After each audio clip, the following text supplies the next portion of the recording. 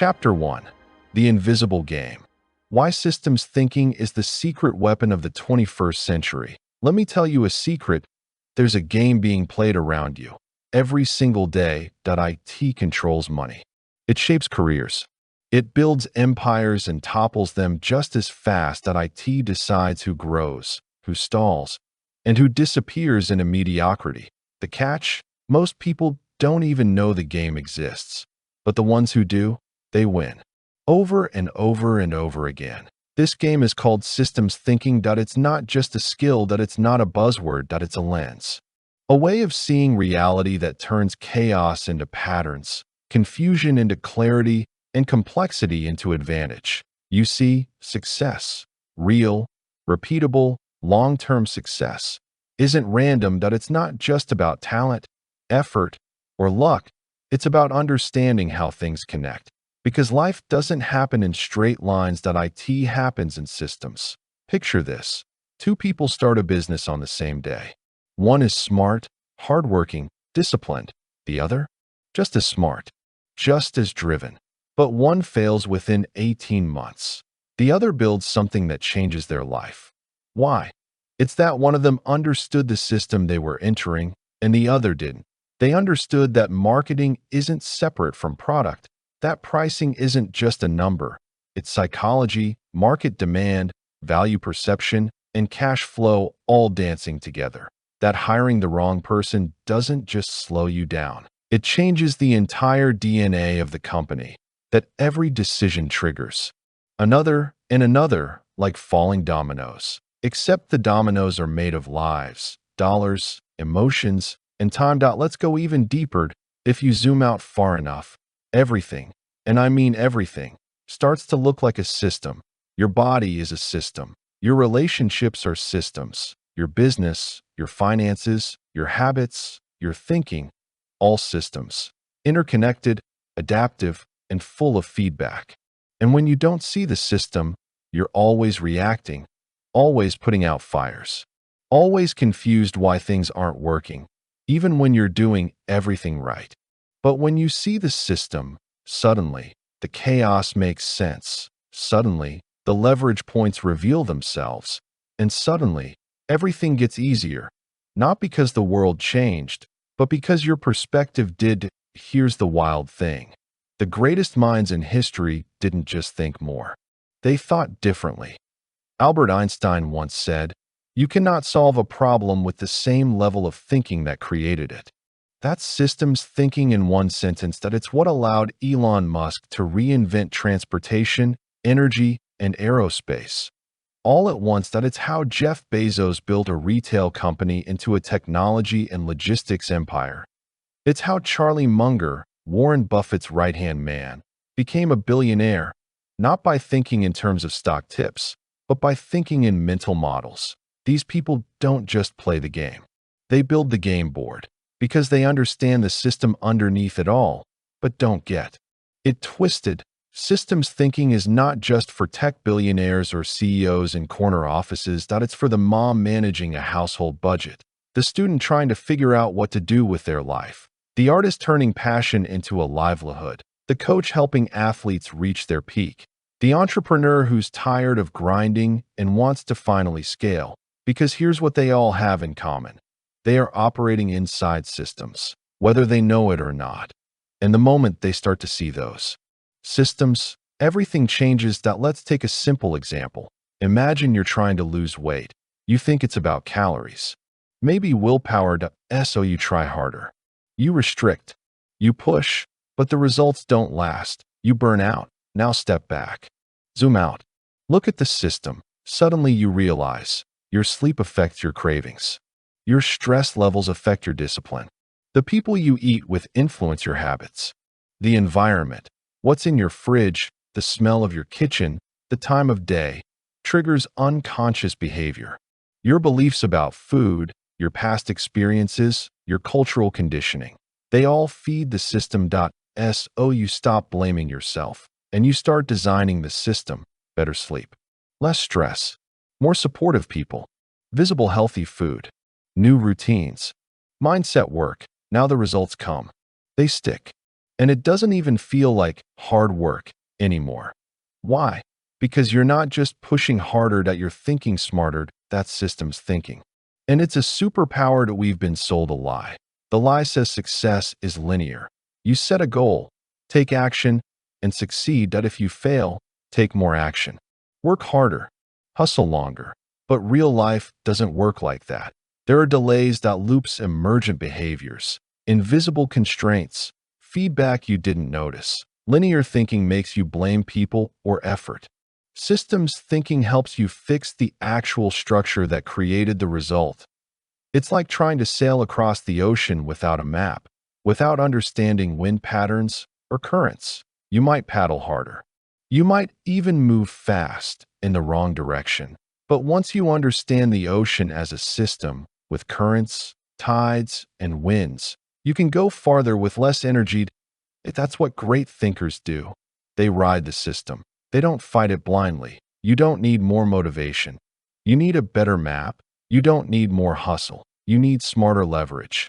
And that starts with learning to see the invisible, the systems around you. In this book, you're going to learn how that you'll see what most people miss, that you'll learn how high performers think, that you'll uncover how millionaires, artists, inventors, and leaders design their worlds, not by force, but by structure. That by the end, you won't just understand systems thinking, that you'll live it, that you'll use it to transform your work, your money, your relationships, your learning, your life. So take a deep breath, that you're about to see the world differently. And once you do, you'll never go back. Chapter 2. From Linear to Loops. The shift that changes everything. That we grew up believing life was a straight line. Study hard, get a job, work, well, get promoted, be successful, be happy. Simple. Clean. Predictable. A leads to B. Effort leads to reward. Input equals output. If that's the story we were told. But if you've spent more than 5 minutes in the real world, you know it's a myth. Sometimes hard work burns you out. Sometimes talent goes unnoticed. Sometimes the most qualified person doesn't get the opportunity. And sometimes someone does one small thing and it explodes. Why? Because life isn't linear. It never was. It moves in loops. Let's get brutally honest for a second. If linear thinking actually worked, most people would already be living the life they want. They're not. Because real progress doesn't look like a staircase. It looks like a spiral, with dips, with surges, with feedback, and often with loops that either lift you or trap you. That it's the difference between cause and effect, and cause effect, cause effect, cause. Forever. In systems thinking, this is called feedback, and it's not some abstract theory. It's the engine of everything from personal habits to global economies. Let me tell you a quick story. In the 1960s, MIT researcher Jay Forrester ran a simulation on the U.S. economy. He discovered something stunning. Government interventions were often making things worse, not better. Why? Because decision makers were thinking linearly. They saw unemployment go up, added stimulus, but they missed the delayed effects, the counter reactions, the loops that rippled backward and forward through the entire economy. Instead of solving the problem, they amplified it. It was bad thinking models. And it's not just the government. We do this every day in our personal lives.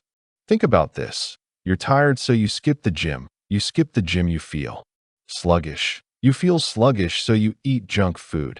You eat junk food, you sleep worse. You sleep worse, you're more tired. Now you're in a downward spiral, a reinforcing loop. On the surface, it's just a lazy evening. But step back, and you realize it's not one event, that it's a system in motion. Now flip the script. You get one good night of sleep, you wake up rested. You're rested, you hit the gym. You work out, you eat better. You eat better, you sleep deeper. You just entered a positive loop. Same structure, opposite direction.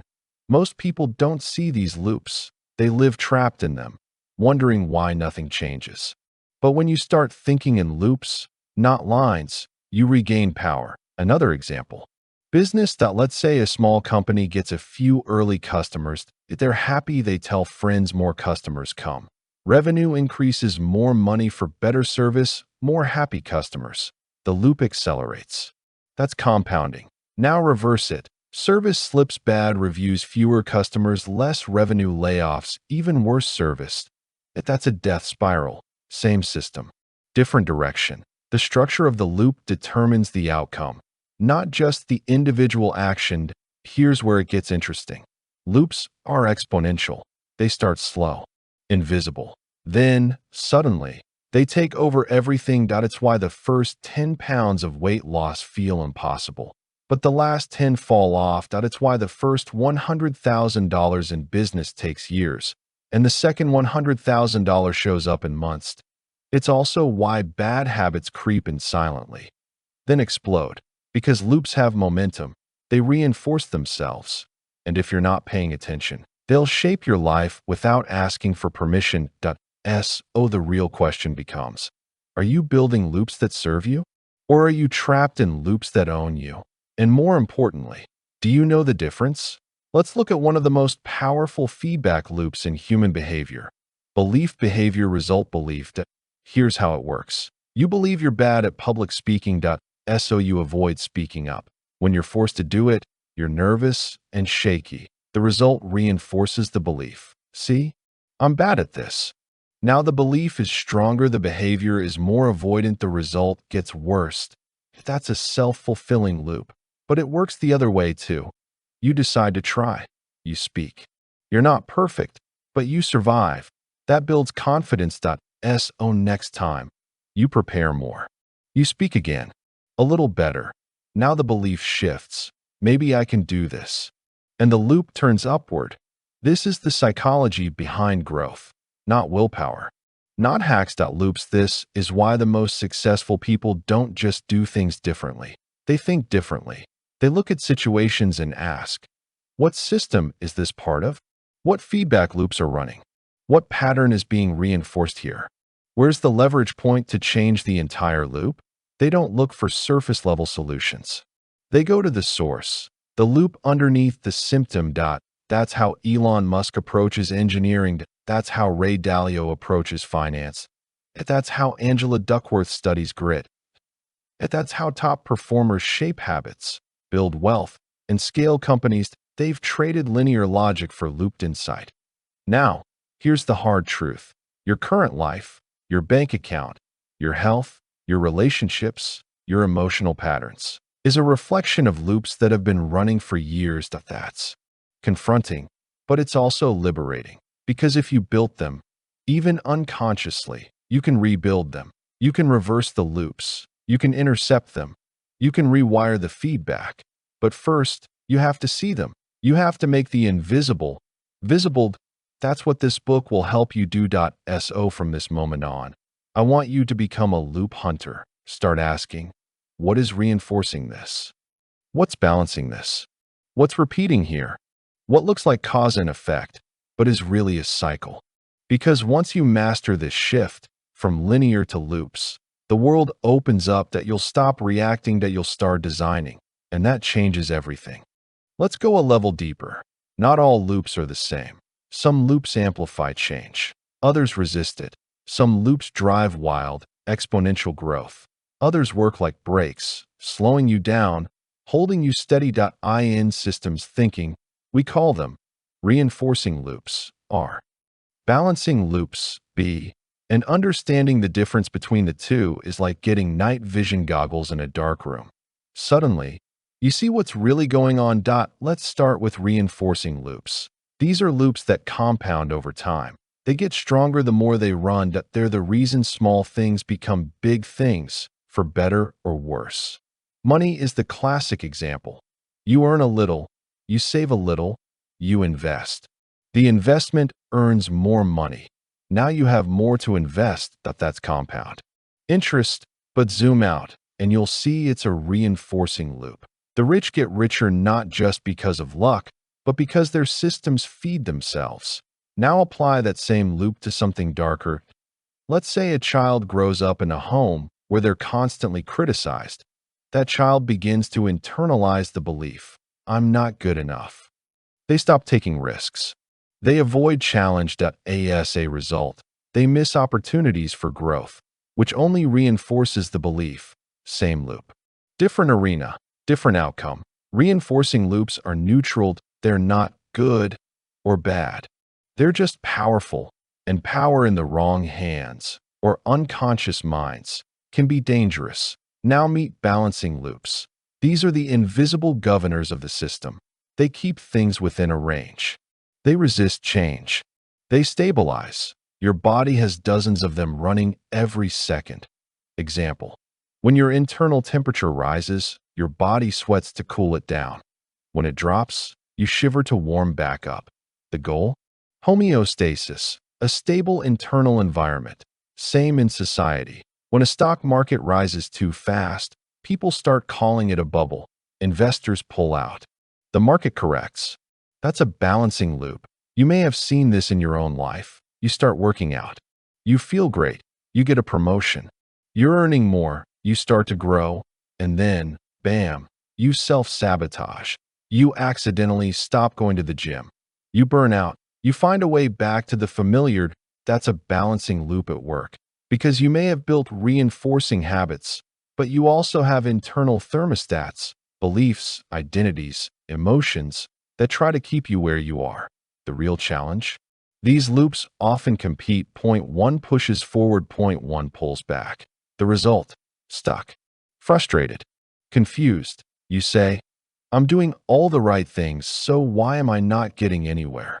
Answer: because your reinforcing loops are battling your balancing loops. And unless you deal with both, you'll stay stuck in limbo. Here's a real-world story that a woman named Sarah wanted to start a side business. She was smart, talented, had the skills. She even took action, launched a website, posted content, offered services, but she couldn't gain momentum. Every time she got close to success, something would happen. She'd delay a launch, miss a follow-up, question her worth. So we mapped her system: reinforcing loop. Content attention leads clients, confidence, more content. Balancing loop. Visibility, fear of judgment, hesitation, self-doubt, inaction, less visibility. Point one loop said grow. The other said stay safe. Until she addressed the identity level thermostat, the fear of being seen, the unconscious belief that success would bring criticism, the growth loop couldn't win. Once she did the inner work, the brakes came off. Within 90 days, she 5x'd her income because the system finally aligned. Systems are always working. The only question is, are they working for you or against you? Here's another key insight. Reinforcing loops create tipping points. At first, nothing seems to happen. Then, suddenly, everything does. Think about bamboo. It spends its first few years barely growing above the ground, but under the surface, a vast root system is forming. Then, in just 6 weeks, it can shoot up to 90 feet. That's not magic.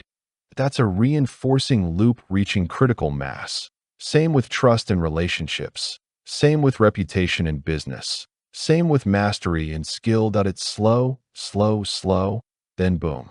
Linear thinkers quit in the slow phase. Systems thinkers know the loop is still running. Trust it. Now, let's talk leverage. In systems thinking, leverage points are places in a system where a small shift leads to massive impact. They're the hidden hinges that swing big doors. Fixing a symptom is like trimming a weed.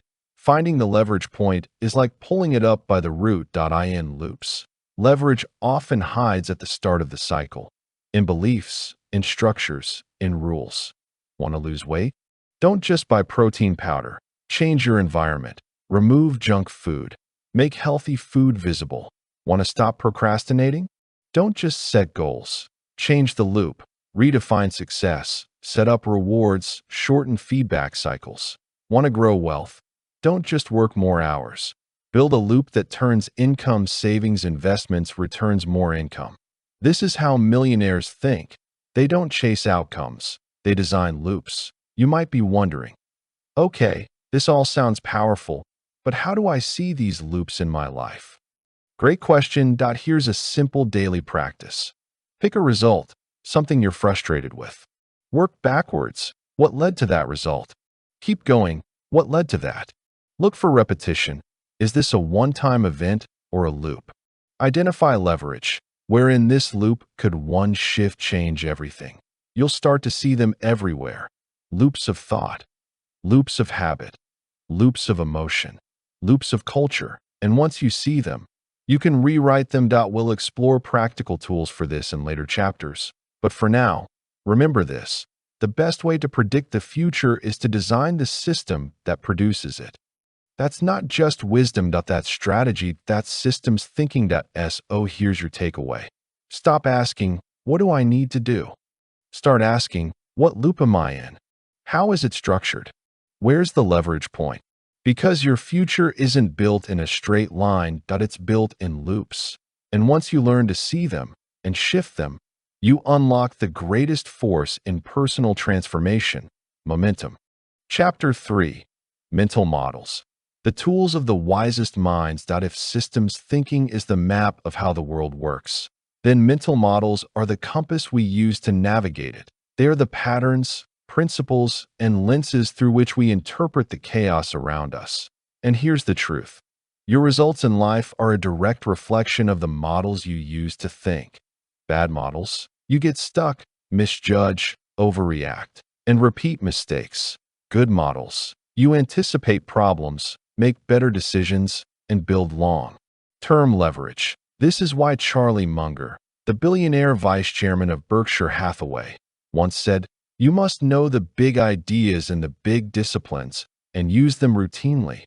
All of them, not just a few." He called it a latticework of mental models, and it's the invisible foundation behind every strategic decision he and Warren Buffett make. What is a mental model, really? A mental model is simply a representation, a small, simplified version of how something works. It's how your brain makes sense of complexity. We all use them every day. Think of gravity. You may not know the physics equation, but you understand the model. What goes up must come down. Think of supply and demand. When something is scarce and desired, the price goes up. Simple model.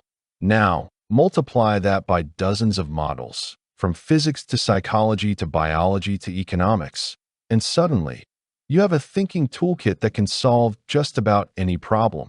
Because the more models you have, the more accurately you see reality. And when you see reality clearly, you win. Let's look at someone who mastered this. Richard Feynman, the legendary physicist, wasn't just brilliant, he was a master of simplification. He had a rule.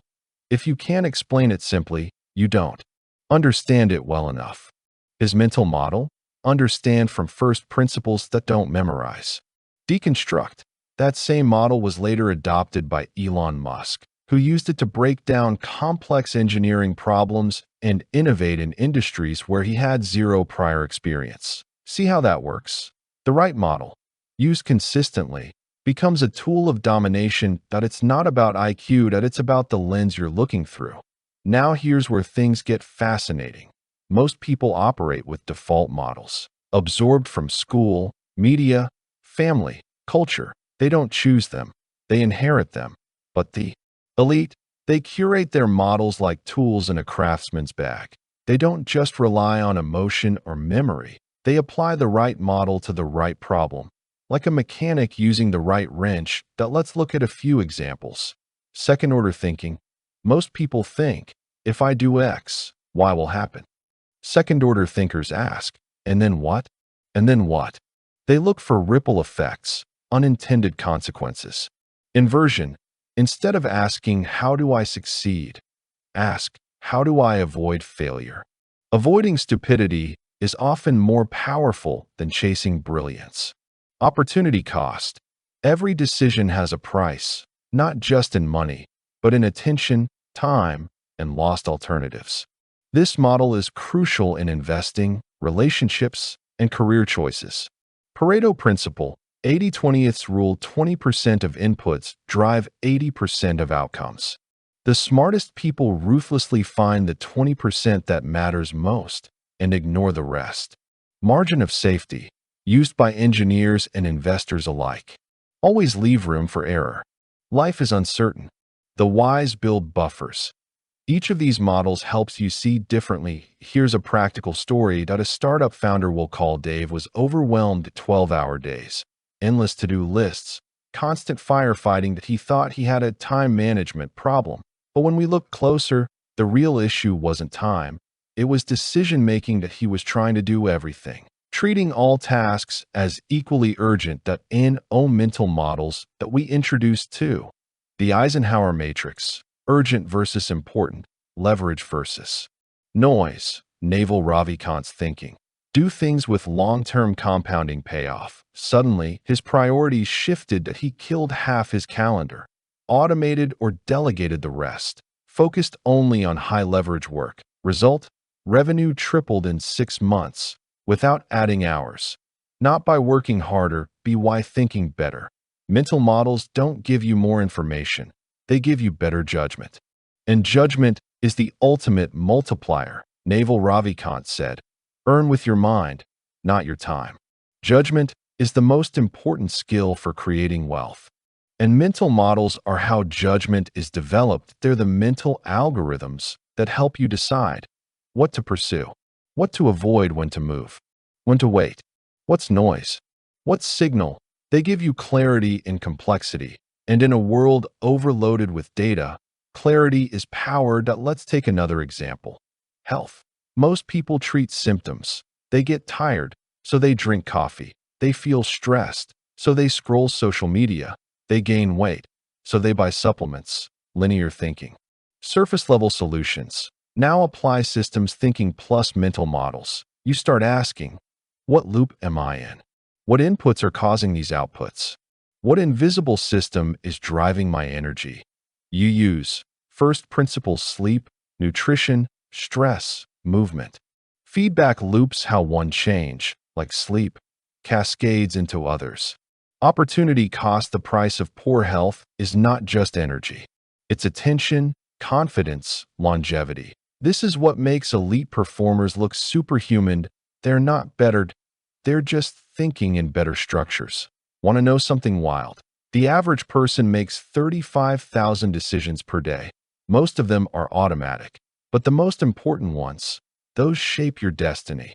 Now imagine you had a mental filter, a toolkit of models, to guide those decisions, that you'd stop wasting energy, that you'd spot traps before they happened, that you'd seize the rare, high-leverage moment when it comes. That's what models do. They make you anti-fragile. They prepare you for chaos. They let you ride complexity, not drown in it. Let me leave you with this. In chess, grandmasters don't calculate every possibility. They've seen patterns so often. Their brain just knows where to look. Mental models give you those patterns for life. And the more you collect, the more you compound your advantage, not overnight, but over time. They quietly make you unstoppable. In the next chapter, we'll explore one of the most powerful patterns in existence, feedback loops, and how to build ones that learn and evolve faster than anything else. Because when you combine systems thinking plus mental models plus feedback, you get exponential growth on your terms. Chapter 4. Feedback loops. How winners learn faster. Imagine two people standing at the bottom of a mountain. Both want to reach the top point. One starts walking confidently, assuming they know the way. The other takes a step, looks around, adjusts direction, takes another step, listens, reorients, continues. Now ask yourself, who reaches the top faster? Exactly. The one who listens to feedback. That's the difference between struggle and progress, between guessing and mastering, between the average and the extraordinary. Feedback loops are how winners learn faster than everyone else. That it's not talent, not intelligence, not motivation, that it's iteration, that it's error correction, that it's course adjustment in real time, that in a complex, ever-changing world. The person who learns faster beats the one who knows more. That a feedback loop is a process where output is fed back into the system as input. You act, get a result, observe the result, adjust, act again. The shorter and cleaner the loop, the faster you learn. Think of a thermostat. Room gets cold, thermostat senses it, turns on the heat, warms the room, senses again, adjusts. That's a closed loop system. Humans are the same. When we build tight feedback loops into our behavior. But most people live in open loops. They act, Don't track the result. Make no adjustments. And repeat that that's not growth, that's stagnation on repeat.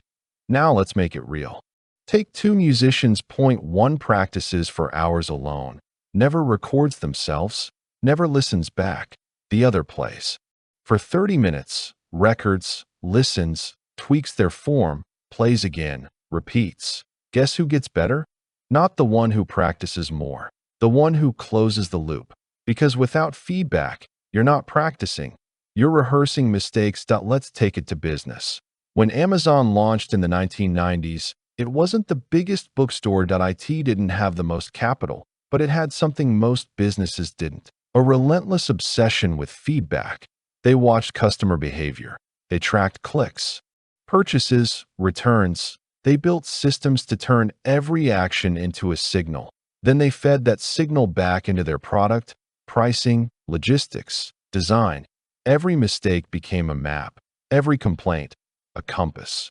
Over time, their loop got so fast and precise, they could predict what customers wanted before they even asked. That's not magic. That's a tight feedback loop. The same applies to you. Whether you're learning a skill, building a business, getting fit, improving relationships, your growth speed depends on your feedback loop. But most people's loops are either too slow, they wait months before realizing something isn't working. Too vague, I don't feel good about this, isn't data. It's noise. Too filtered, they ignore feedback that feels uncomfortable or challenging. Or worse, non-existent, that they're flying blind.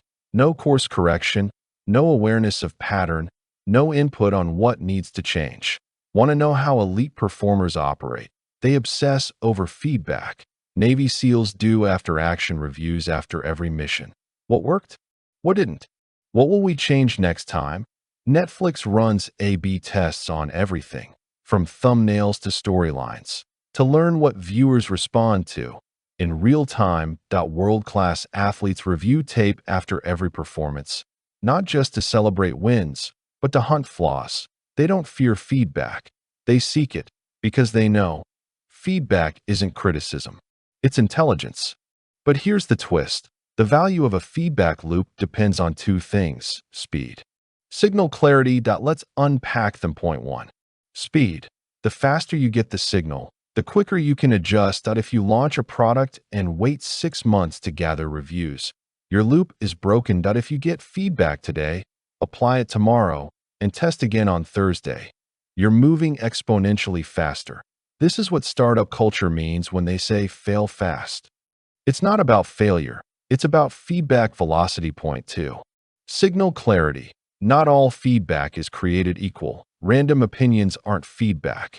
Emotions aren't feedback. Structured, specific, observable input, that's feedback. If someone says, your idea sucks, that's noise. If someone says, I was confused by this part and here's why, that's signal. The pros know how to filter the noise. They listen for the real pattern beneath the emotion. You can build stronger loops starting today. Here's how. 1. Measure what matters. What's the outcome you care about? Define it. Track it. Don't guess. If you're trying to get fit, track sleep, nutrition, exercise intensity. If you're building a skill, track consistency, retention, feedback from peers. If you're building wealth, track net worth, savings rate, return on investment. No tracking, no loop. Point two, shorten the loop. Find ways to get feedback faster. If you write, publish small pieces often. If you teach, test ideas in real time. If you're dating, reflect after each interaction. What did you learn? Speed plus repetition equals adaptation. Point three, ask better questions. Instead of how did I do, ask what surprised me? What did I assume that wasn't true? What will I do differently next time? What feedback am I avoiding because it hurts?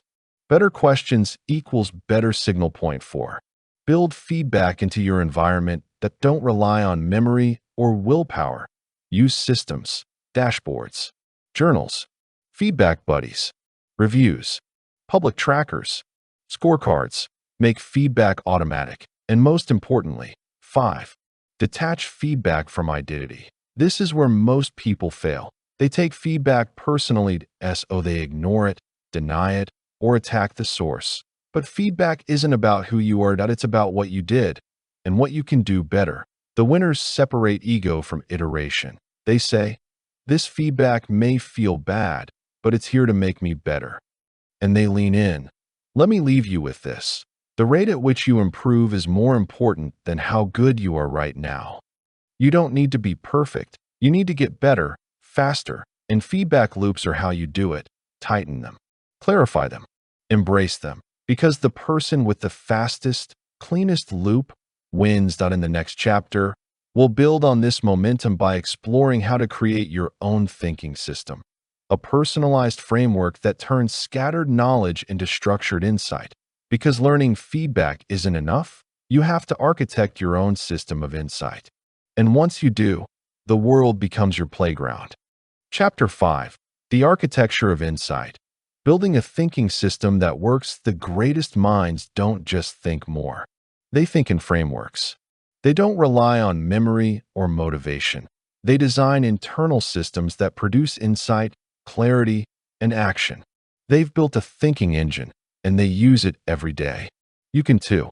But first, you must understand something. Insight isn't random. It's not a lightning bolt that shows up when the mood is right. It's built through systems. Repeatable, flexible, evolving systems that turn noise into signal, chaos into understanding. The average person reacts to life. The top 1% process it.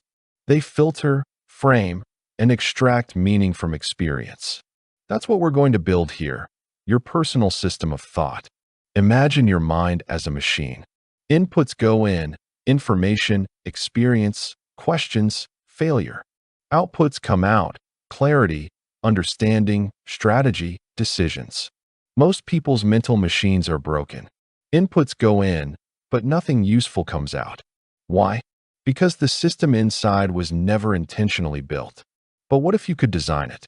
Like an engineer, like an architect. What if you could create a reliable way to turn confusion into clarity, consistently? Let's start. First, define the mission of your thinking system. It's not to remember everything. It's not to know all the answers. It's to generate better questions, to make better judgments, to reduce noise, see patterns, and find leverage. That means your thinking system needs 3 key components. 1. Input filtration. Not all information deserves your attention. 2. Mental scaffolding. A structure to organize and evaluate ideas. 3. Output action. The ability to turn insight into change. Let's break each one down. First, filtration. You are drowning in data. News, notifications, opinions, articles, videos, voices, all screaming for your attention. But attention is finite. You must become ruthless, like a security guard for your own mind. Ask, does this piece of information connect to my long-term vision? Is it relevant to the problem I'm solving now? Is it signal or distraction? Most of what you consume is noise, and noise slows down thinking. Great thinkers don't consume more. They consume better. Now the second layer, scaffolding. This is how you organize knowledge so it becomes usable. Mental models are a huge part of this. So is note-taking, synthesis, and reflection. You can't just absorb ideas. You must weave them, connect them, translate them into your own words. Richard Feynman had a method for this. Take a concept, explain it in the simplest language possible, and identify where you get stuck. That's where the insight lives, in the stuck points. You can use tools like Zettelkasten, second brain systems, or simple journaling. The method doesn't matter. The pattern does.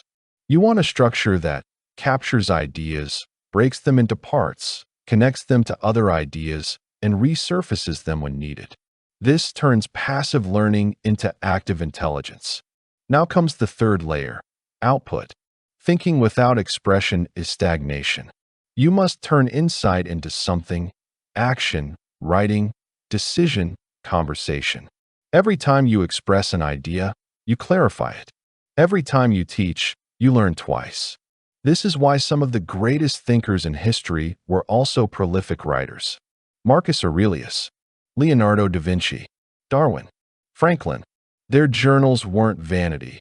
They were laboratories. Thinking is writing. Thinking is speaking. Thinking is building. Thought without creation is just noise bouncing around in your skull. So build a practice. Daily, weekly, create your own thinking rituals. It could be a 10-minute morning review, a weekly strategy hour, a learning journal, a podcast reflection. Make it yours, but make it consistent. Insight grows in routine.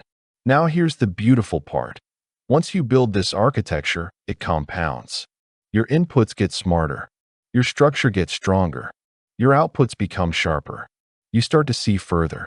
Decide faster. Act bolder. Because your system isn't reacting, it's processing. It's generating truth. You become a thinker in a world of reactors, a strategist in a world of scrollers, a builder of internal systems in a world obsessed with external noise. Remember, the quality of your life depends on the quality of your decisions. The quality of your decisions depends on the quality of your thinking. And the quality of your thinking depends on the architecture behind it. So build well. Build patiently. Build on purpose. One idea at a time. One question at a time. One iteration at a time. Because insight isn't magic. It's designed. Chapter 6. Rich Mindset versus Poor Mindset. Rewiring Belief Systems. Money doesn't start in your wallet. It starts in your mind. Your beliefs about effort, value, risk, and success determine your financial reality long before the first dollar hits your account. Point two: people can grow up in the same neighborhood, attend the same school, face the same economy. One ends up wealthy, the other struggles for decades. Why? Because their internal scripts, their operating systems, were radically different. Point one had a rich mindset. The other, poor. That has nothing to do with being good or bad, worthy or unworthy. It has everything to do with mental wiring. Let's explore what separates the mind of a millionaire from the mind of someone stuck in scarcity. Because until you shift your inner code, no tactic, no hustle, no course will change your trajectory. A poor mindset sees money as a finite resource. A rich mindset sees it as a flow. A poor mindset trades time for money. A rich mindset builds systems that scale beyond time. A poor mindset avoids risk. A rich mindset studies risk, manages it, and uses it to grow. A poor mindset asks, how much does it cost? A rich mindset asks, what's the ROI? A poor mindset says, that's not for people like me. A rich mindset says, how can I become the person who earns that? These are not affirmations, they're frameworks. They shape how you interpret the world. They shape the decisions you make every day, what you read, what you try, who you surround yourself with. They either expand or contract your possibilities. Rich people aren't just different because of what they know, that they're different because of what they believe about what's possible. Let's go deeper. Where does the poor mindset come from? Often from survival. Scarcity teaches us to conserve, to avoid loss, to fear failure. Many people grow up hearing phrases like, we can't afford that. Money doesn't grow on trees. Rich people are greedy.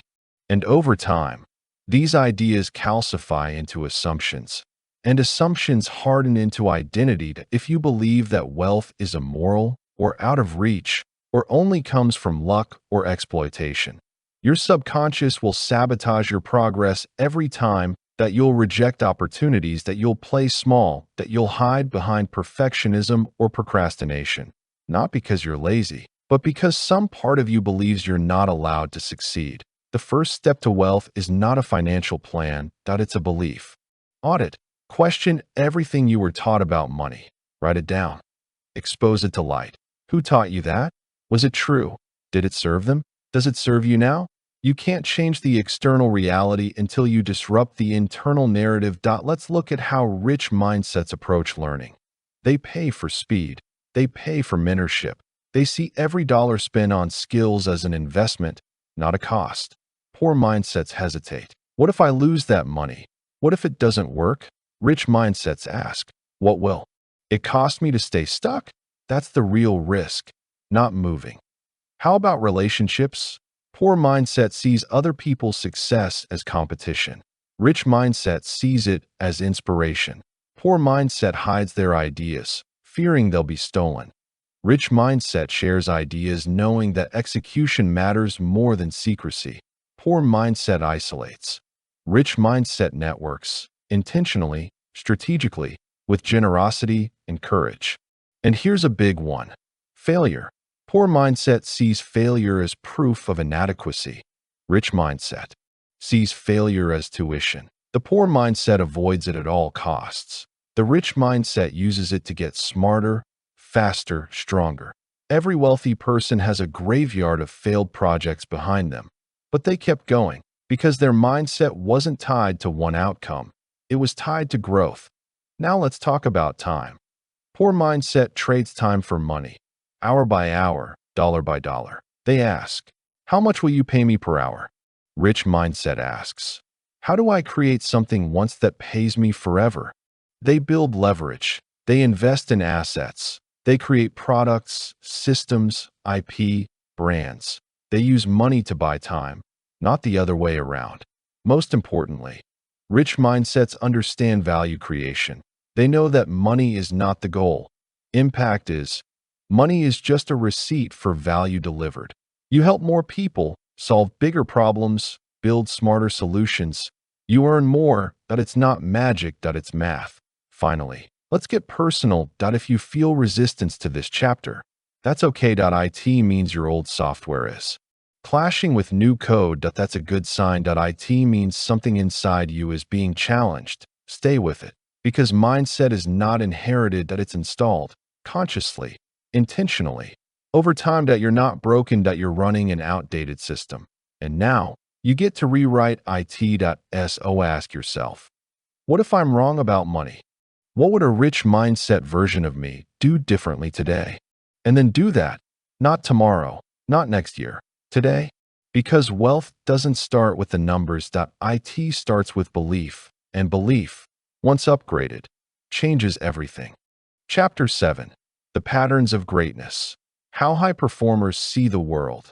Greatness is not an accident. It's a pattern, that a set of recurring ways of seeing, thinking, and acting that stretch across industries, cultures, and generations. That it's not about being born talented or lucky.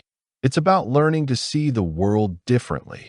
High performers, from athletes to entrepreneurs, from scientists to artists, all operate from mental blueprints that the average person doesn't even know exists. They don't just do more. They notice more. They filter better. They ask sharper questions. They've trained their minds to detect leverage, risk, truth, energy, and opportunity in ways that seem invisible to others. What do they see that most people miss? Pattern 1. Greatness sees systems where others see chaos. The average person sees life as a series of disconnected events. High performers see loops, feedback, delays, cause and effect. They ask, what are the second and third order consequences here? What's the structure? Underneath the surface, they move from reaction to design. Pattern 2. Greatness sees data and emotion. Most people are blinded by feelings: anger, fear, jealousy, doubt. High performers use those feelings as signals. What is this discomfort trying to teach me? What fear am I protecting? They don't suppress emotion. They extract intelligence from it. Pattern 3. Greatness plays infinite games. While most people chase short-term validation, likes, promotion, claps, the greats think in decades. They don't just ask, how can I win? They ask, how can I keep playing, keep evolving, keep compounding over time? Pattern 4. Greatness leans into difficulty, not away from it. While most avoid discomfort, the top 1% actively seek it, because they know that hard is the gatekeeper of growth. They embrace friction as feedback, resistance as refinement, challenge as curriculum. Pattern 5. Greatness watches the inner voice. Most people let their inner dialogue run wild, judging, comparing, criticizing. High performers shape it. They interrupt loops of self-sabotage. They replace "I can't" with "how can I?" They speak to themselves with fierce honesty and radical encouragement. Pattern 6. Greatness collects powerful questions. While others collect facts, the greats collect frameworks. They ask questions that open space. What would this look like if it were easy? What am I pretending not to know? What's the highest leverage thing I could do right now? They know that the quality of their questions determines the quality of their thinking. Pattern 7. Greatness embraces boredom. Most people chase novelty. High performers master repetition. They show up when it's not fun, not glamorous, not trending, because they understand that consistency beats intensity. They aren't addicted to excitement, they're committed to craft. Pattern 8. Greatness protects energy more than time. The average person fills their calendar with tasks. High performers protect recovery, space, alignment. They ask, what drains me? What charges me? They treat energy as a non-renewable asset and design life accordingly. Pattern 9. Greatness finds identity beyond results. Most people tie their worth to outcomes. Money, status, performance. The greats build identity on values. Discipline, resilience, curiosity, service. So when results wobble, their identity stays rooted. This makes them unstoppable. Pattern 10. Greatness zooms out. Most people obsess over the next 10 minutes. High performers think in 10-year arcs. They design life backwards, from legacy to now. They ask, when I'm 80, what will I wish I had done differently today? Perspective is their compass.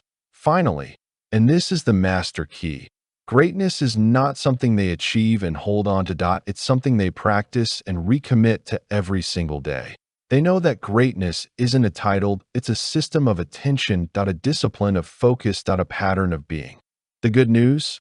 These patterns are learnable, they're installable. You can build them one thought at a time, one decision at a time, one habit at a time. Greatness is not somewhere out there, that it's a mode you step into. It starts the moment you choose to see the world not just for what it is, but for what it can become. Chapter 8. Decision-making as a superpower, reducing noise, increasing clarity.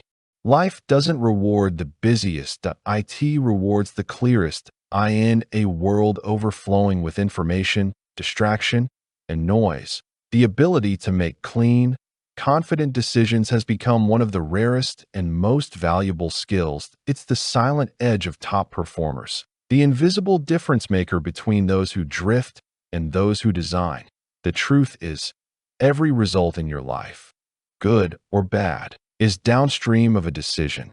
Your career is a result of decisions. Your health, your relationships, your income, your happiness, all shaped by choices, some massive, most microscopic.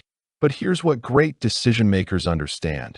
Decisions aren't just logical, they're energetic, emotional, systemic, and the clearer your inner world is, the stronger your decisions become.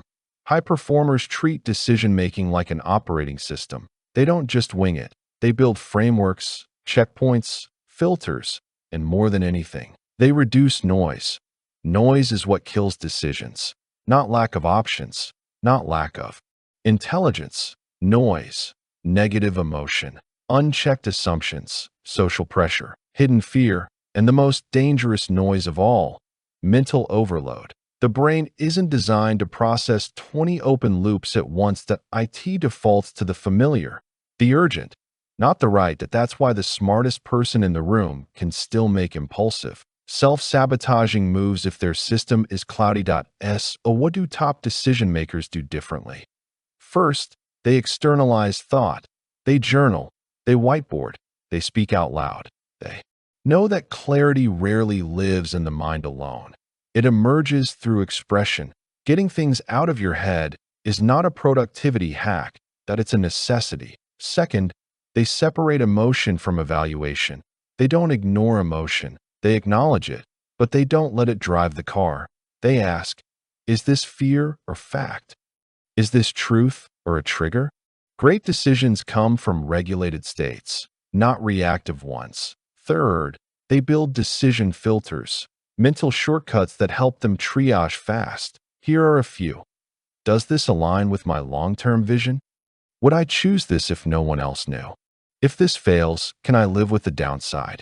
They aren't perfect filters, but they're powerful guides. And the more often you use them, the sharper your instincts get. Fourth, they understand opportunity cost. Most people say yes because they don't measure the hidden cost of what they're giving up. Every yes is a no to something else. High performers calculate that cost instinctively. They don't just ask, "Is this good?" They ask, "Is this the best use of me right now?" Fifth, they embrace reversibility. Most decisions aren't permanent, but most people act like they are. They freeze, overthink, delay. Great decision makers ask, "Can I test this fast? Can I change course if it's wrong?" If yes, they act. They know speed matters more than certainty. Sixth, they use the 10-10-10 lens, a tool from Susie Welch. How will I feel about this decision in 10 minutes, 10 months, 10 years? It's a simple frame, but it pulls you out of emotional tunnel vision and gives perspective. Seventh, they set thresholds.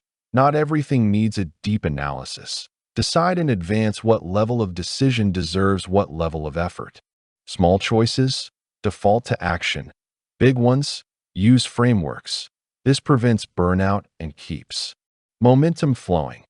Eighth, they trust the invisible data, gut, intuition, inner knowing.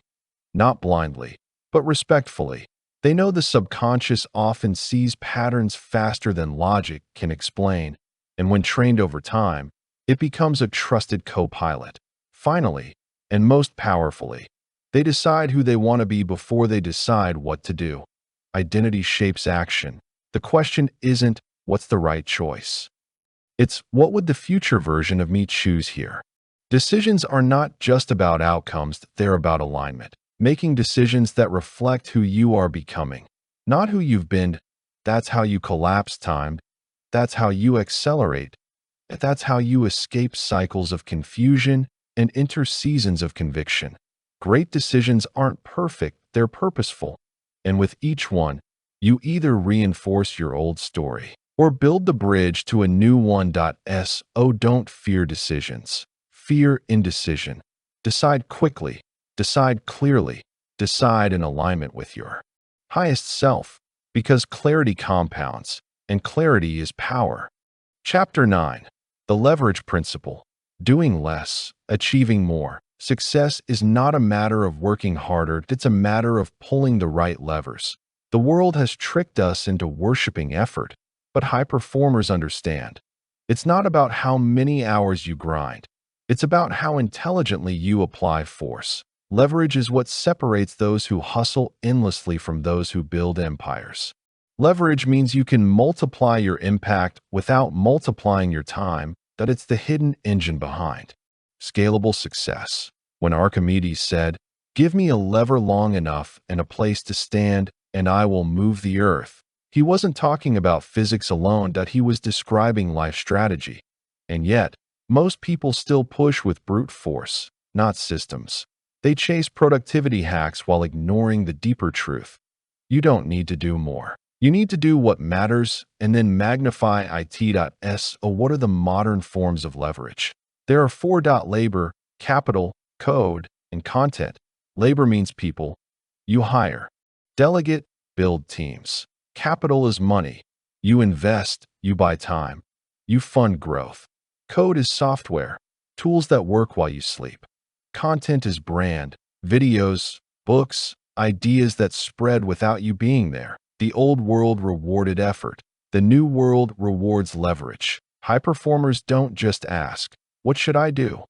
They ask, "How can this scale without me?" They look for actions with exponential returns. They ask, "What action today can keep paying dividends next week, next month, next year?" They understand the power of compounding, not just in money, but in behavior, in content, in systems. Instead of creating a product once and selling it once, they build it once and sell it 1,000 times. Instead of saying something one-on-one, they say it once on video and let it travel the world. Instead of solving problems manually, they automate, delegate, or document it so they never have to solve it again. This isn't about laziness, that it's about liberation. Leverage is what gives you back your time. While increasing your results, it's how you escape the trap of trading hours for income. How you shift from being a doer to a designer. That, let's be clear, you will always work hard, but leverage ensures your hard work goes further. You don't rise by doing everything. You rise by doing the right things in the right way with the right multipliers. That means saying no to almost everything. That means letting go of perfection. That means shifting your identity from being the hero to building the machine. Here's a mental shift. Are you building a life that needs you constantly pushing, or one that compounds even when you rest? Most people are scared to use leverage because it requires trust. Trust in others, trust in systems, trust in ideas that don't pay off immediately. But trust is the entry fee for freedom. That if you only do what pays off today, you'll be stuck forever. Leverage requires you to think long-term. That IT forces you to zoom out and ask, where's the bottleneck? What's doing the heavy lifting here? Where am I the constraint? Because wherever you are the bottleneck, you've hit a ceiling. Leverage breaks ceilings. How do you start? Start small, but intentional. Find one task you repeat and record a video of yourself doing it. Then hand it to someone else. Find one habit that drains you and replace it with a tool or system. Find one idea stuck in your head and turn it into a post, a product, a page online that others can access. The key is this: stop holding everything tightly. Create assets, not just outcomes. Create flow, not just output. Create leverage, not just labor. The people who achieve uncommon results aren't superhuman. They're systematic. They've built machines that move when they sleep, that earn when they're quiet, that grow while they heal. That's the real goal. Not just to succeed, but to succeed sustainably. So ask yourself today, not what more can I do, but what lever can I pull that makes everything else easier or irrelevant? That's how you do less and achieve more. That's how you create with power. That's how you build a life that compounds. Chapter 10: Uncertainty and Chaos. Navigating the fog of complexity. The world is not a straight line. It never was. But most people try to live as if it is. They want guarantees, formulas, predictions. They want to believe that if they do A, they will get B. But life, real life, is nonlinear. That it's complex, chaotic, and uncertain. It changes faster than you can plan for it. And in that fog, most people freeze. They wait for clarity before they move. They wait for perfect information before making decisions. They wait for certainty before they commit. And by the time they act, the opportunity is gone. The truth is this: uncertainty is not the enemy. It is the environment. And those who win in complexity are not the smartest or the most prepared. They are the most adaptive. They are the ones who are comfortable taking action without perfect data, navigating the fog, trusting their systems and instincts, adjusting on the fly. They know that chaos is not a bug of the system. It's the system itself. Look around. Markets crash unexpectedly. Technology shifts overnight. Personal lives turn on a single moment. You cannot outsmart chaos, but you can learn to dance with it. How do high performers navigate uncertainty differently? First, they stop seeking control and start seeking clarity. They don't need to control every variable. They focus on what they can know now, and they act on it. They ask, what do I know for sure? What is true, even in this fog? What small move can I make now that's directionally correct? Second, they plan in pencil, not in stone. They build flexible structures, not rigid blueprints. They leave room for reality to surprise them. They understand that agility beats accuracy. They embrace iteration over perfection. They move forward, listen to feedback, adjust direction. That's how planes fly. Not in straight lines, but constant corrections. Third, they manage their emotional state first. Because chaos outside will amplify chaos inside. And if your nervous system is on fire, you will make fear-based choices, not wise ones. They ground themselves with routines, practices, anchors. They zoom out to reconnect with purpose. They breathe. They reflect. They slow the signal. They stay steady even when the world is not. Fourth, they use mental models to simplify the noise in complex systems. Information overwhelms. But models, like second-order thinking, inversion, probabilistic reasoning, help them filter the fog. They don't chase certainty. They calculate likelihoods. They think like risk managers, not fortune tellers. Fifth, they build anti-fragility, a term coined by Nassim Taleb. Not just resilience, the ability to survive shocks, but anti-fragility, the ability to grow from them. They expose themselves to calculated discomfort. They practice under pressure. They create small, controlled doses of chaos to stretch their capacity. Like a muscle under tension, they grow stronger not despite the volatility, but because of it. Sixth, they operate from principles, not scripts. Scripts fail in chaos. Principles endure. They anchor to core truths. Focus on what you can control, protect energy, make reversible moves, optimize for learning, act with integrity. This gives them confidence even when the map is burning. Seventh, they expand their time horizon. In chaos, the short term feels overwhelming, but zooming out creates clarity. They ask, will this matter in 10 weeks, 10 months, 10 years? Perspective melts panic. Eighth, they build optionality. They never rely on one plan, one income, one strategy. They diversify. They prepare plan B, C, D, not from fear, but from wisdom. They stay light, ready to pivot. They understand that in complex environments, options are power. Finally, they embrace the unknown not as a threat, but as a teacher. They see uncertainty as raw material for growth. Chaos becomes the dojo where they train their clarity, the arena where they sharpen awareness. They do not demand certainty. They generate confidence, and in that confidence, they move forward, not because they know everything, but because they trust themselves to figure it out along the way. This is how leaders rise in uncertain times. This is how creators thrive when the world shifts. This is how systems thinkers don't get lost in the fog. They learn to navigate it with vision, grace, and relentless adaptability. Chapter 11. Time and Systems. Why the future belongs to thinkers. Time is the ultimate currency. It is the one resource you cannot earn back, no matter how rich, brilliant, or determined you are. And yet, most people treat it like an afterthought. They manage their calendars, but not their capacity. They chase speed, but ignore direction. They confuse motion for progress and wonder why they feel burned out, unfulfilled, or trapped in loops. But systems thinkers, they see time differently. They don't just use time, they design with it. They understand that how you relate to time determines the life you end up living. The future does not belong to those who hustle the hardest. It belongs to those who build systems that multiply time, protect energy, and generate leverage over decades, not weeks, decades. High performers ask, how can I build today what will still be paying off 10 years from now? That's a systems question. While the average person chases deadlines, the systems thinker creates pipelines. While most people spend their life putting out fires, they build fireproof machines. It's not magic, it's math. When you install a system that saves you 10 minutes a day, you earn back 60 hours a year. That 5 times? 300 hours.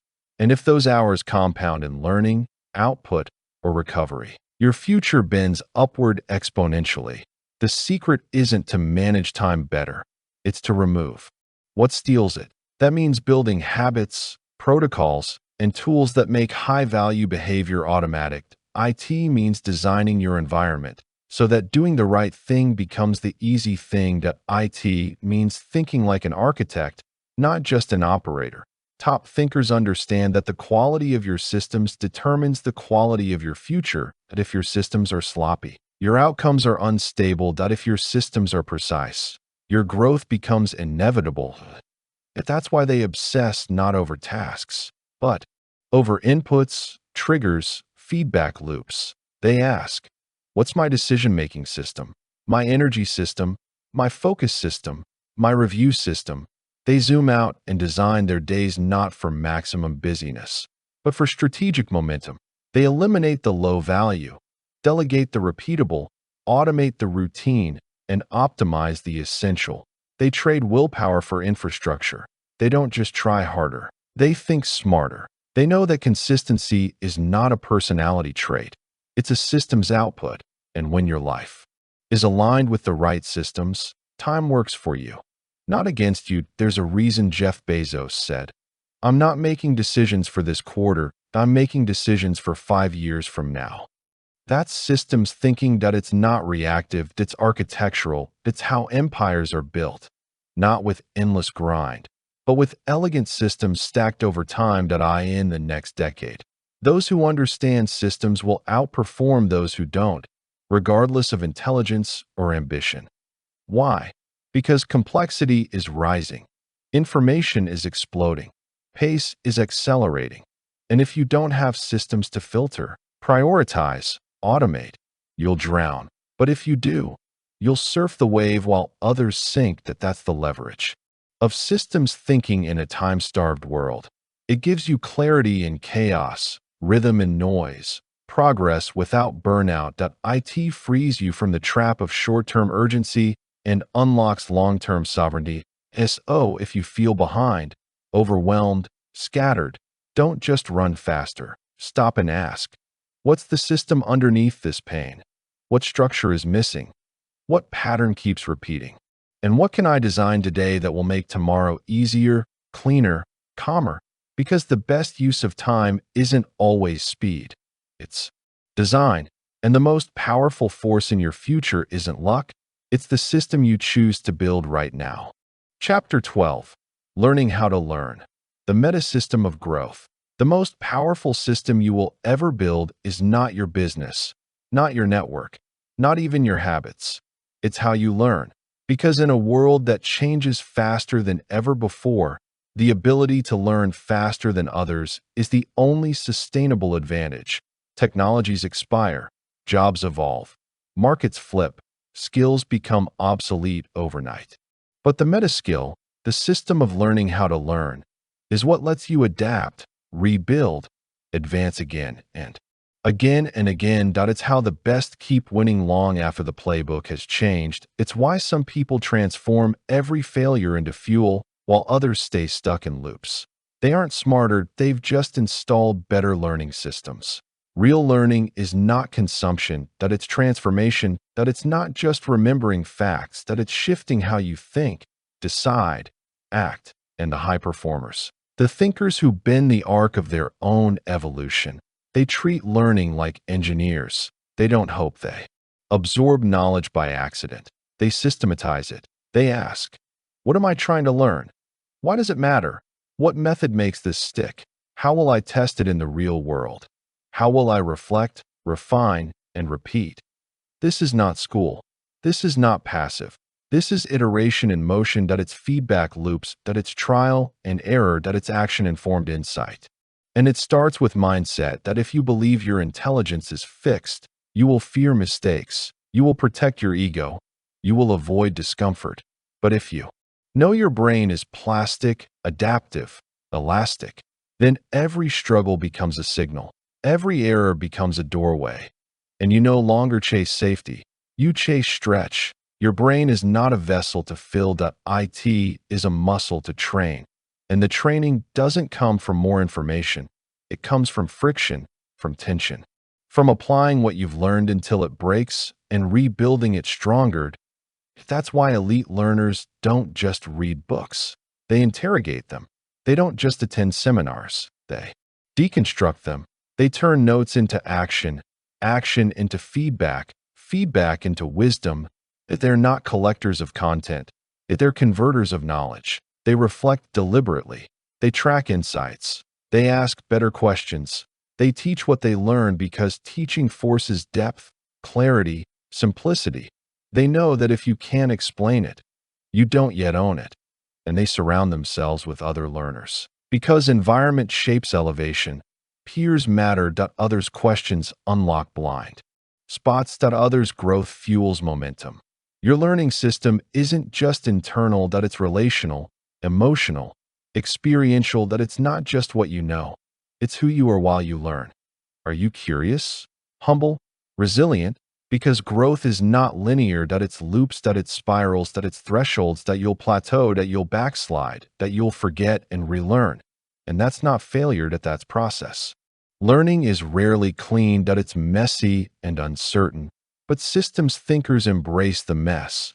They understand that friction is a feature, not a flaw. They know progress hides in the patterns they revisit again and again, each time with more perspective. This is why high performers don't just ask, "What do I need to learn?" They ask, "What kind of learner do I need to become to handle what's next?" Because goals change, markets shift, relationships evolve, and you can't predict it all. But if you can learn anything, you can face anything. So build a system. Turn your life into a learning lab, not a place of perfection, but of constant refinement. Create inputs, books, podcasts, coaches, problems worth solving. Create process, active recall, spaced repetition, deliberate practice, teaching back. Create review, weekly reflection, monthly synthesis, yearly reinvention. Create output, content, products, tools, insights, and never forget, you are not static. You are a system, and systems don't grow by force. They grow by design. So if you want to grow faster than the world changes, learn how to learn better. That is the meta system of growth. That is the architecture of adaptability. That is how thinkers inherit the future. Chapter 13, Network Intelligence. No one wins alone. There is a myth, the myth of the lone genius, the visionary who builds everything by themselves, the isolated master who wins through raw intellect, grit, and sheer willpower. It's a compelling story, but it's wrong. Because in the real world, no one wins alone. No great thinker, innovator, or leader ever succeeded in a vacuum. Every breakthrough was nested in a system of people, ideas, resources, feedback, inspiration, and systems thinkers know this deeply. They know intelligence is not just what's in your head. It's what you're connected to. Network intelligence is the amplification of your thinking through the right people in the right structure at the right time. It's exponential cognition. It's what happens when your mind plugs into other minds with shared purpose, complementary skills, and a shared language of growth. And this changes everything. Because your perspective is limited by design, your blind spots aren't flaws, they're human. And the only way to overcome them is to build a system around you that sees what you can't, sees ahead of you, sees inside you. And in that way, your network becomes a second brain. A distributed brain. A real-time intelligence cloud around you. Every conversation is a computation. Every collaboration is a multiplier. Every connection is a node in the system of your success. But this doesn't happen by accident. It's designed. It's intentional. It's engineered like any other system. High performers don't just meet people. They cultivate ecosystems. They don't just network. They nurture. They build communities of practice, not just contacts. They ask better questions. They listen deeply. They give first, because they know that trust is the bandwidth of any meaningful connection. And they aren't looking for echo chambers. They seek out tension, diversity, friction. They surround themselves with those who challenge their thinking, refine their edges, stretch their vision. They don't fear disagreement. They fear stagnation. And the best part, network intelligence compounds. If you share ideas with someone who has a different lens, you don't just add, you multiply. You remix perspectives, you discover overlaps, you co-create insight that neither could reach alone. It's not 1 + 1 = 2, it's 1 + 1 = 10. And as your network grows in depth, not just width, it becomes a self-correcting, learning, adaptive organism around you. It filters better decisions. It accelerates feedback. It reveals hidden patterns. Think about it. Some of the world's most successful people aren't the most individually brilliant. They the most connected to brilliance. They know who to call, who to learn from, who to build with. Because the question isn't, do I know everything? It's, do I know someone who knows? That's a systems question, it's a leverage question, it's a humility and design question. And in the age of information overload, your network becomes your filtering mechanism. While others drown in noise, you get curated insight. While others guess alone, you think together. While others compete, you collaborate. It's not about being extroverted, it's about being strategically relational. Building social capital, operating from generosity, not transaction, but transformation. And in return, you build a life of richness, not just in knowledge, but in meaning. Because the deepest transformations rarely happen in isolation. They happen in conversation, in co-creation, in reflection with others who've walked the path or seen the cliff edge or held the mirror. And in that shared space, you grow faster, stronger, smarter, not because you're better, but because you're connected to better, because the system around you is intelligent, because you built it that way, deliberately, consistently, intentionally. So ask yourself, who is in your system? Not just who you know, but who you think with, who sharpens you, who slows you down when needed, who speeds you up with precision, who challenges your assumptions with care, and how do you show up for them? Not just to take, but to grow together. Because in the end, legacy is not built in isolation, it's built in networks. Networks of minds, of hearts, of values, and the thinkers who understand this, who invest in systems of collective intelligence. They don't just learn faster, they build futures that are too big for one brain to hold alone. Chapter 14, Millionaire Thinking, Wealth as a Byproduct of Systemic Thought. Most people chase money like it's the main prize. But money is never the goal for systems thinkers. It's the output, it's the consequence, it's the natural byproduct of value delivered consistently, strategically, and at scale. Millionaire thinkers don't ask, how can I make more money? They ask, how can I build a system that creates more value than I could ever produce alone?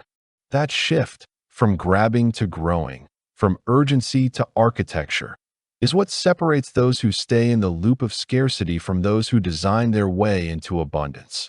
Think of wealth not as dollars in a bank, but as proof that your systems work, that your thinking, your behavior, your leverage, your strategy are aligned with how the world rewards outcomes. Because in reality, money is just a signal that it reflects the effectiveness of a system interacting with reality. That if your thinking is reactive, random, inconsistent, your income will be too. But if your thinking is long-term, systems-driven, high leverage, your results begin to compound beyond the limits of time and effort. The self-made millionaire isn't always the smartest or the hardest working. They're the ones who installed systems of wealth before they needed wealth. They designed cash flow machines, information loops, distribution engines. They automated what others still do manually. They partnered where others isolated. They understood time as an asset, not just a clock. They made decisions today with the next decade in mind. They avoided short-term dopamine in favor of long-term dividends. And when setbacks came, they didn't panic. They debugged the system, updated the loop, repaired the structure. The system is the safety net, it's the engine, it's the freedom. Millionaire thinkers focus on the upstream, not the downstream. On inputs, not just outcomes. They know that 80% of wealth comes from the 20% of the system that most people overlook. The thinking models, the positioning strategies, the relationship ecosystems, the intellectual property, the asymmetric bets. They don't just save or spend. They multiply. They invest, not just money, but knowledge, attention, energy, and they expect returns across years, not days. The real wealth is in ownership. Owning your ideas, owning your time, owning the means of production, distribution, and influence. Because when you build once and sell infinite times, when you turn expertise into assets, ideas into engines, systems into scale, you uncouple effort from income. And that is where freedom begins. Not when you grind harder, but when your system works while you rest. That's why Warren Buffett said, if you don't find a way to make money while you sleep, you will work until you die. It's why Naval Ravikant speaks of wealth as having assets that earn while you sleep. It's not luck, it's not hustle, it's systems thinking applied to value creation. Most people trade time for money, but that loop caps at 24 hours a day. Millionaire thinkers build loops that operate without them: products, brands, investments, teams, and they nurture those loops like gardens, not machines. They think like investors, even when they're creators. They think like engineers, even when they're artists.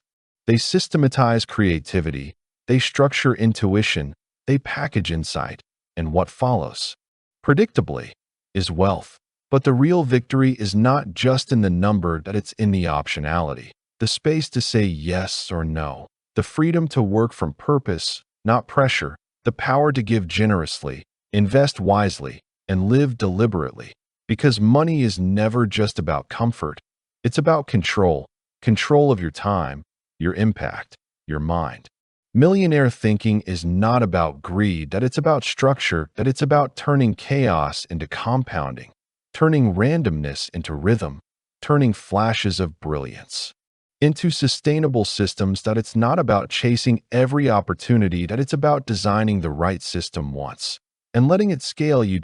So if wealth is what you want, stop chasing, start building, stop reacting, start architecting, because in the end, the money is just the shadow. The real power is in the system that casts it. Chapter 15, Scaling Yourself, Systems for Consistent Progress. Most people think growth is about doing more, but systems thinkers know it's about doing better, more predictably, more intentionally, more sustainably. Scaling yourself is not about hustle. It's about architecture, it's about building repeatable systems that free your attention, preserve your energy, and convert effort into momentum. Because your time is finite, your willpower is limited, your attention is fragile, and yet your potential is nearly limitless when powered by the right systems. Think of yourself as an operating system, a living organism of habits, routines, beliefs, energy, relationships, goals. And scaling that system doesn't mean burning more fuel. It means improving the internal design so that your best actions become automatic, your worst tendencies get intercepted, and your progress becomes inevitable. High performers don't rely on motivation. They build systems that work on their worst days, not just their best ones. They engineer consistency through frictionless habits, strategic rituals, feedback loops, accountability layers, energy management protocols. It's not glamorous, but it's powerful, because progress doesn't come from intensity. It comes from consistency. And consistency is the result of systems that remove decision fatigue, reduce resistance, and elevate your baseline. So how do you scale yourself? You start by auditing where your attention goes, because attention is your primary currency. If your system leaks it into distractions, emotional triggers, endless decision-making loops, you cannot scale. But if you reclaim it by batching, filtering, scheduling, automating, everything changes. Your attention compounds, your focus sharpens, your momentum accelerates. Next, you optimize your energy, not just time, because time on the calendar means nothing if you're mentally depleted, physically foggy, emotionally drained. Millionaire thinkers treat energy like an asset. They identify what drains and what fuels. They stack high focus tasks with peak energy. They design their environments to support their best states: sleep, nutrition, movement, light, sound, routine. It's all part of the performance system. And they build habits like systems engineers, not as willpower tests, but as process flows, triggers, actions, rewards, tracking, small wins stacked into big transformations. They use behavioral design, not brute force, and they don't scale alone. They scale with others. They delegate strategically. They outsource low-value loops. They multiply themselves through automation, collaboration, and documentation. Because if the system only works when you're present, it's not a scalable system, it's a dependency trap. The thinkers who scale themselves build knowledge libraries, templates, processes, tools. They share what they know so others can move faster. They teach to reinforce learning. They systematize communication, decision-making, problem-solving. They turn scattered wisdom into structured leverage. And when things break, which they will, they don't blame themselves. They debug the system. They treat friction as feedback. They improve the loop. They stay in motion not through pressure, but through precision. And over time, their ceiling becomes their new floor. What was once effort becomes identity. What was once hard becomes habitual. What was once slow becomes effortless. And that's the secret. You don't need to push harder. You need to build smarter. Because self-scaling isn't about being superhuman, it's about being system-powered. It's about making your future success less dependent on mood, luck, timing. It's about raising your lowest level, not chasing your highest peak. It's about turning vision into structure so that your best version isn't a rare performance. It's your default. And that kind of progress, that kind of internal architecture, it makes you unstoppable. Not because you do more, but because you've built a system that keeps moving forward, even when you don't feel like it, even when it's hard, even when life happens. That's what consistency really is, not perfection, but design.